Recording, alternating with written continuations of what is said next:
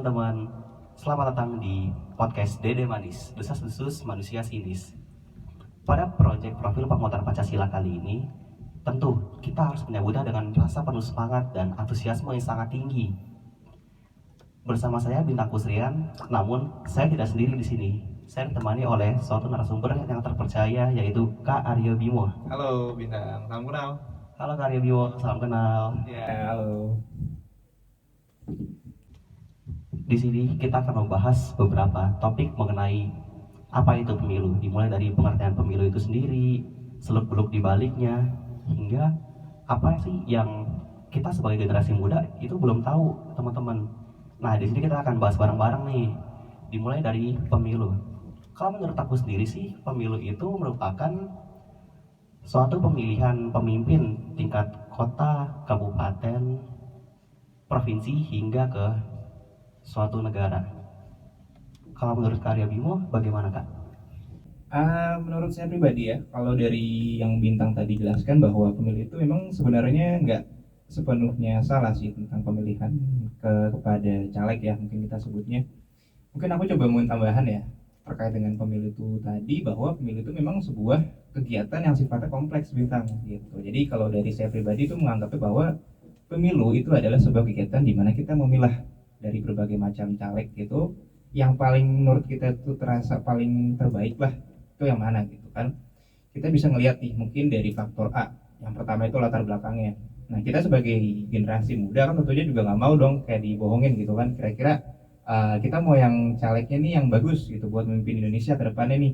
Nah, tentunya kita dengan adanya sosial media itu kita bisa banget nih buat mempromosikan ataupun melihat kira-kira latar belakang si caleg ini bagaimana dari dulunya gitu. Lalu yang kedua adalah tentunya kan nggak bisa terlepas dari kegiatan apa yang bakal dilakukan nih selama dia mau jadi caleg ke depannya.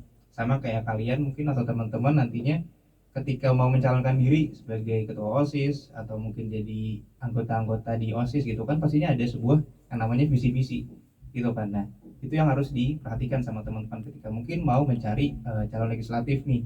Nanti mau milih siapa, kalian harus pilih juga nih visi-misinya tuh yang menurut kalian itu dirasa cocok, itu yang mana gitu. Mungkin dari aku sekian sih, segitu aja. Wah, menarik banget nih teman-teman. Mungkin yang dari tadi aku sampaikan, ternyata masih banyak lagi loh pengertian dari pemilu itu sendiri. Bahkan sosmed yang sering kita sentuh pun itu juga termasuk loh dalam pengertian apa sih itu pemilu. Kita bisa melihat infografis tentang apa itu, apa, tentang asal muasal pemimpin tersebut, latar belakangnya, hingga mungkin dari beberapa faktor yang membuat kita harus lebih mengetahui nih tentang apa apa dan siapa sih calon itu sendiri. Namun di balik pemilu itu sudahlah pasti ada beberapa isu di baliknya yang mungkin banyak dari kita belum tahu.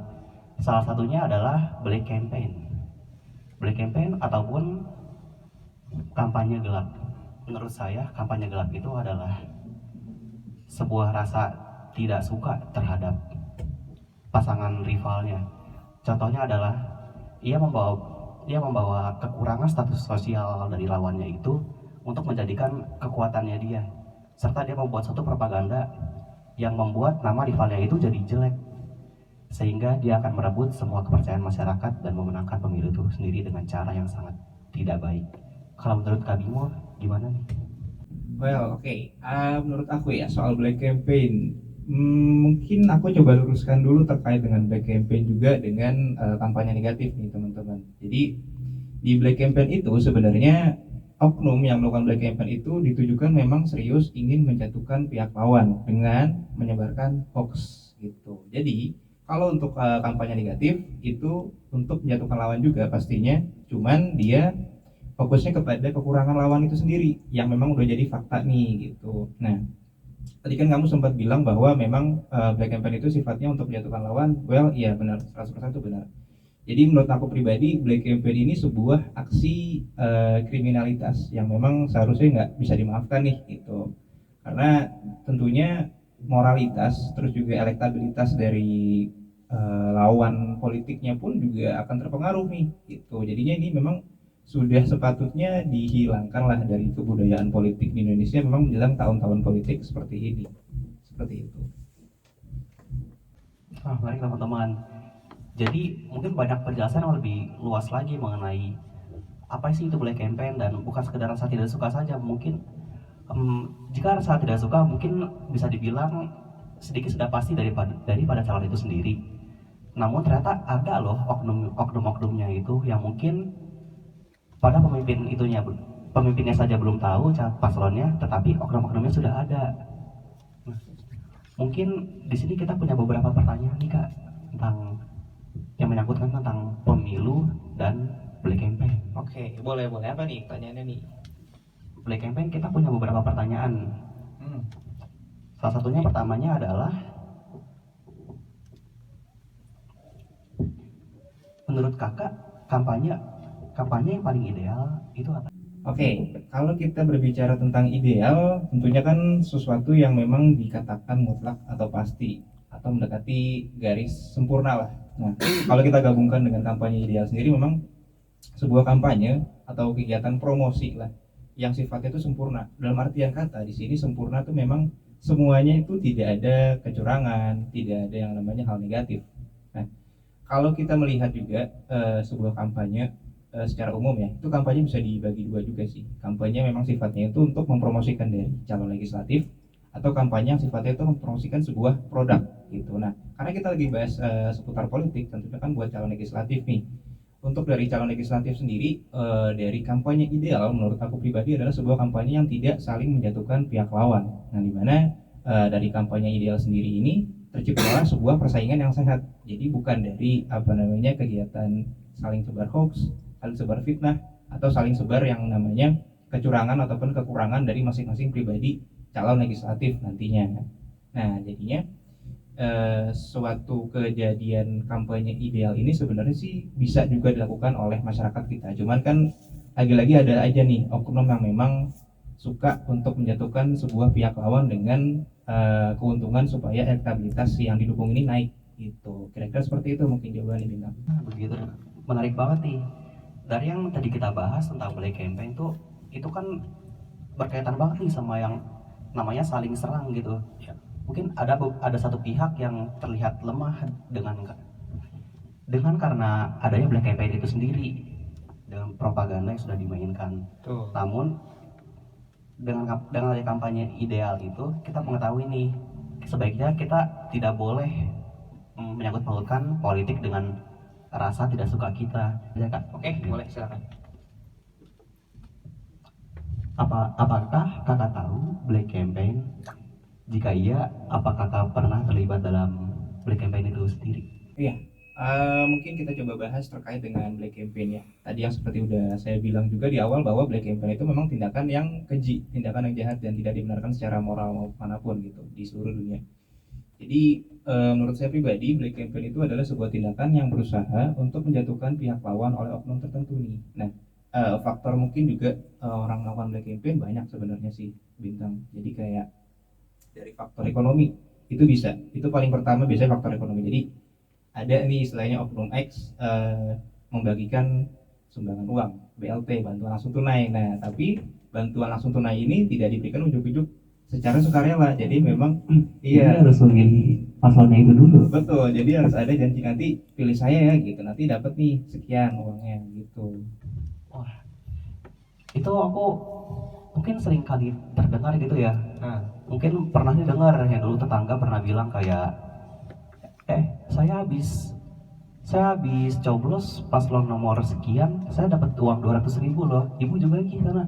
Oh ya, yang mana Ya, gitu. betul. Dan sampai akhirnya mereka memilih tanpa memilah dulu. Mereka hanya memilih berdasarkan apa yang mereka butuhkan saat itu. Padahal menurut saya pribadi ya, suatu pemimpin yang baik, jujur adalah pemimpin yang bersaing secara sehat, bersaing secara tanpa adanya hal di luar voting itu yang dilakukan. Jadi untuk memperkuat diri mungkin bisa dibuktikan dengan cara kerja nyatanya. Mungkin sebelum mencalon kita punya riwayat yang bagus, kita bisa tonjolkan itu, bisa tonjolkan apa yang bisa kita lakukan, value kita itu seperti apa. Dan menurut saya untuk problem kayak gitu, semoga Indonesia bisa lebih maju deh. Yes, aku juga berharap seperti itu sih Bintang. Jadi memang kegiatan yang sifatnya negatif ini harus kita hilangkan lah ya demi masyarakat kita yang semakin maju sumber daya manusia. Setuju banget Kak gitu. Kemudian ada pertanyaan terakhir nih Kak yang akan menutup sesi podcast kita kali ini. Oke, boleh. Apa tuh, silakan. Dari pertanyaan yang tadi aku lantungan itu. Oke.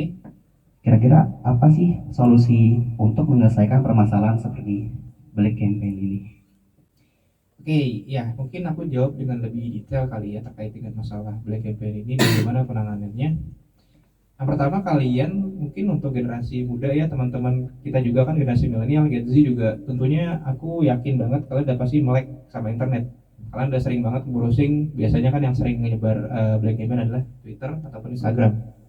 Nah biasanya di dua platform itu kan banyak banget juga buzzer-buzzer yang sengaja bikin akun fake account yang tujuannya untuk menjatuhkan pihak lawan nih. Nah jadi seperti yang aku bilang tadi bahwa kalian tuh harus melakukan check and recheck, verification first. Kalian tuh harus melakukan verifikasi terlebih dahulu, kira-kira apakah yang memang diberitakan si akun ini memang benar-benar asli ataupun dibuat-buat. Caranya gimana? Biasanya kalian bisa melihat di beberapa opini lawan. Jadi misalkan kalian mendukung si paslon A, terus ada tiba-tiba orang random tiba-tiba ngomong bahwa paslon A ini jelek. Nah terus kalian bisa melihat nih, misalkan mampir ke akun sosial medianya si paslon B, ternyata kita lihat apakah memang ada kejadian-kejadian yang sifatnya itu bisa merugikan di paslon B. Nah kalau misalkan nggak ada, itu jangan disebarluaskan teman-teman, karena memang sifat dari sosial media kan memang sangat dampaknya gede banget. Itu kalian harus melakukan cek and recheck terlebih dahulu.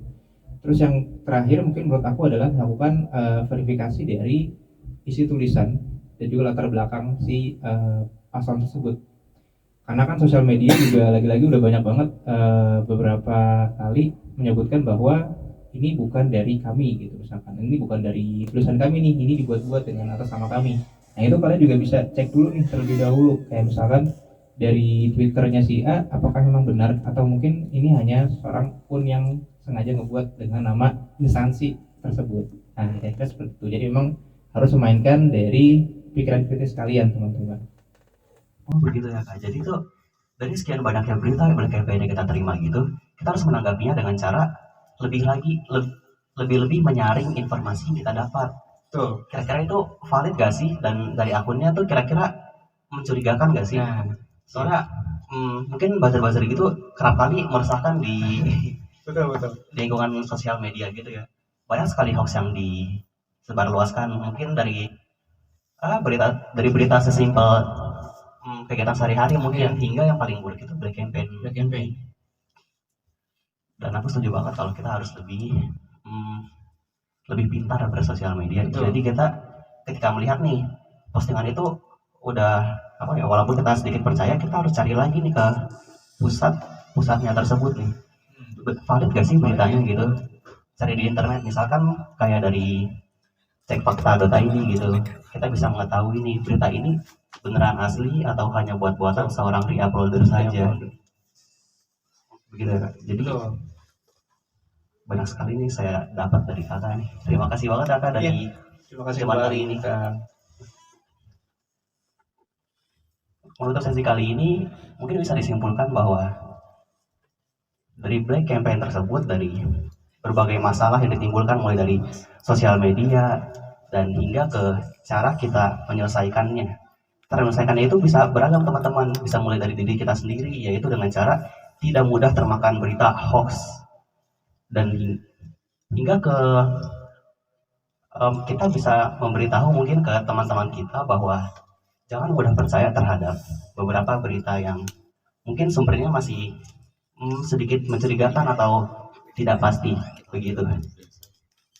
Jadi, terima kasih untuk perhatiannya. Salam hormat saya Bintang Kusrian dan Aryo Wibowo Syafri Gantoro. Kami mengucapkan terima kasih dan sampai jumpa di podcast berikutnya.